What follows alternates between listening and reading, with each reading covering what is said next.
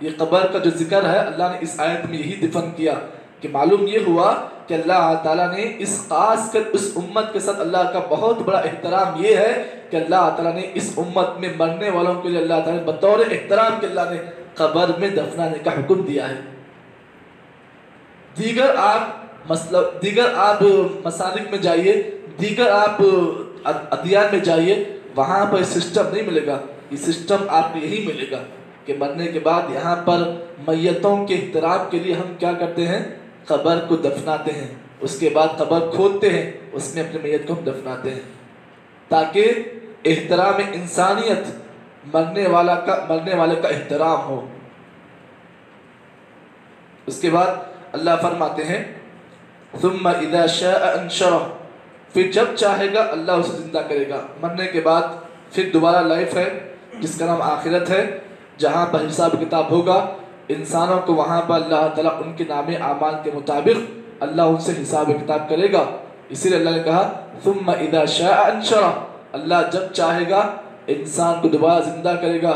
یہ رب کے اختیار میں ہے، اور اللہ تعالیٰ اس لیے زندہ کرے گا تاکہ انسان سے اس کی زندگی میں کیے گئے اعمال کے مطابق اللہ تعالیٰ حساب کتاب کرے گا، جس کا نام حشر ہے، جسے میدان محشر کہتے ہیں، جہاں پر اللہ تعالیٰ انسانوں سے اللہ تعالیٰ ان کے اعمال کے مطابق حساب کتاب کرے گا، جس کے بارے میں اللہ کے نبی نے فرمایا حشر کا میدان ایک ایسی حقیقت ہے جہاں پر کوئی انسان کسی کو یاد نہیں رکھے گا، حفاۃ عراۃ وعرالا، آدمی ننگا ہوگا، جسم پر کوئی کپڑا نہیں ہوگا، سورج 1 میل کے فاصلے پر ہوگا، اور وہاں پر حشر کے میدان میں پوری انسانیت ہوگی، تمام انسانوں کے سامنے اللہ تعالیٰ انسانوں سے اس کے اعمال کا اللہ تعالیٰ حساب کتاب ہوگا۔ یہ تھا ان آیتوں کی مختصر تفسیر جو آپ کے سامنے میں نے کچھ وقت میں پیش کی، لیکن ان آیتوں کی تفسیر اگر پیش کی جائے تو بات لمبی ہو جائے گی۔ میں نے بات کو شارٹ کٹ کرتے ہوئے آپ کے سامنے کچھ باتیں پیش کی ہیں۔ بس اللہ سے ہم یہی دعا کرتے ہیں کہ اللہ تعالیٰ ہم کو اور آپ کو اس دنیا میں صحیح مسلک پر اور صحیح ہدایت پر اللہ تعالیٰ زندگی گزارنے کی توفیق اللہ تعالیٰ عطا کرے۔ اللہ ہم تمام کو صراط مستقیم پر چل کر اللہ تعالیٰ کی عبادت کرنے کی توفیق عطا کرے۔ سبحان اللہ بحمدہ، سبحانک اللہم بحمدک، نشہد ان لا الہ الا انت، نستغفرک ونتوب الیک۔